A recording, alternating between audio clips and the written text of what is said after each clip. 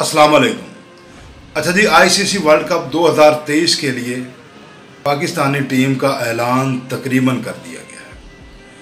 आप सबको ये भी पता है कि ये वर्ल्ड कप इंडिया में हो रहा है और इंडिया में हमें तजर्बाकार बैट्समैन और बॉलर की ज़रूरत होती है। नए बच्चे तो वहाँ जाके इनकी टांगें कांपने लग जाती हैं।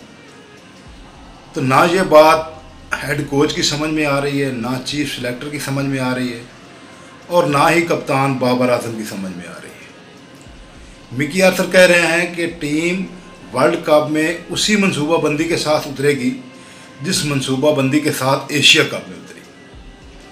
अब एशिया कप में जो मंसूबाबंदी की गई आप सबके सामने है।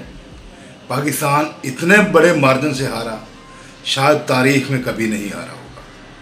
तो अगर वही मंसूबाबंदी करनी है तो टीम भेजें ही ना, फिर ज़रूर भेज के खर्च होना है।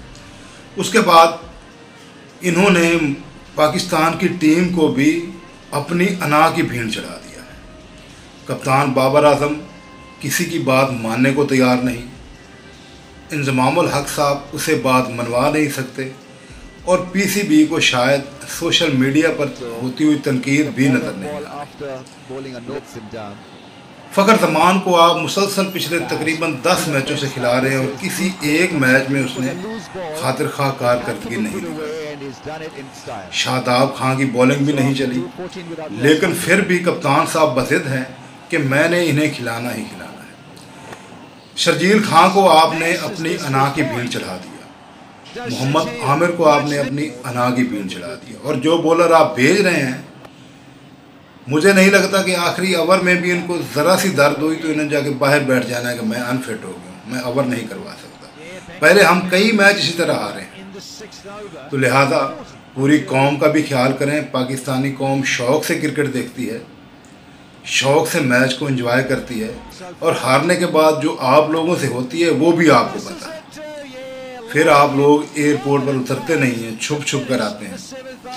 जब आप अपनी अना पर, अपनी ज़िद पर कायम रहेंगे तो ये तनकीद बर्दाश्त करने की भी हिम्मत करें, कहें कि मेरी गलती थी।